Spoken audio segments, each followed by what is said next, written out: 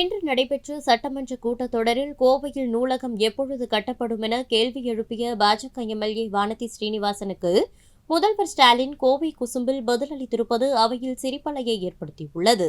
நேற்றைய தினம் சட்டமன்ற பேரவையில் நிதிநிலை அறிக்கையின் மீது விவாதத்தில் பங்கேற்று உரையாற்றி இருக்கக்கூடிய உறுப்பினர்களுக்கெல்லாம் மிக தெளிவாக, விளக்கமாக, விரிவாக நம்முடைய அமைச்சர் தங்கம் தென்னரசு அவர்கள் உரையாற்றியிருப்பது உள்ளபடியே பாராட்டுக்குரிய வகையில் அமைந்திருக்கிற காரணத்தால் என்னுடைய வாழ்த்துக்களை மனதார நான் தெரிவித்துக் கொள்ள விரும்புகிறேன். நேற்றைய தினம் விவாதத்தின் போது சில குறிப்பிட்ட சட்டமன்ற உறுப்பினர்கள் வைத்த வினாவுக்கு விளக்கம் சொல்லியிருக்கிறார்.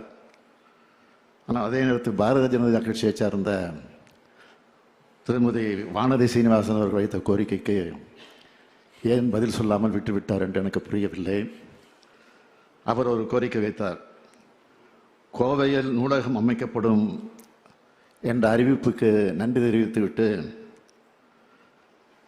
அது எங்கே அமையவிருக்கிறது, எவ்வளவு நிதி ஒதுக்கப் போகிறீர்கள், எப்பொழுது ஆரம்பிக்கப் போகிறீர்கள், எந்த காலத்தில் அந்த பணிகள் எல்லாம் முடிவடையும் என்று ஒரு கேள்வியை கேட்டார்.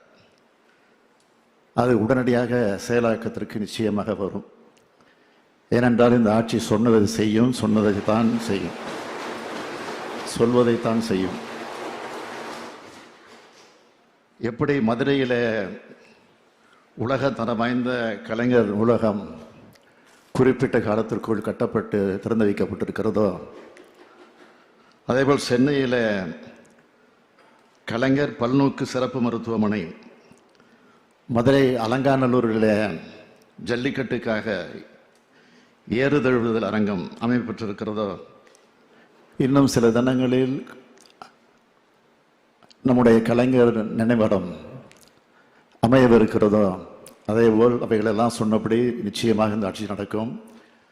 ஆனால் ஒன்று மட்டும் உறுதியாக நான் திருமதி வானதி சீனிவாசன் அவர்களுக்கு தெரிவித்துக் கொள்ள விரும்புவது, மதுரையில் எய்ம்ஸ் அறிவித்ததை போல் நிச்சயமாக இல்லாமல் குறிப்பிட்ட காலத்திற்குள் கட்டி முடிக்கப்படும்.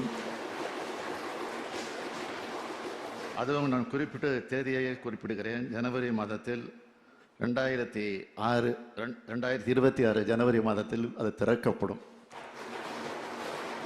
திறக்கப்படும் நிகழ்ச்சிக்கு உங்களுக்கு முறையாக அழைப்பு வரும். நீங்களும் அதன் விழாவில் வந்து கலந்து கொள்ள வேண்டும் என்று கேட்டு விடைபெறுகிறேன்.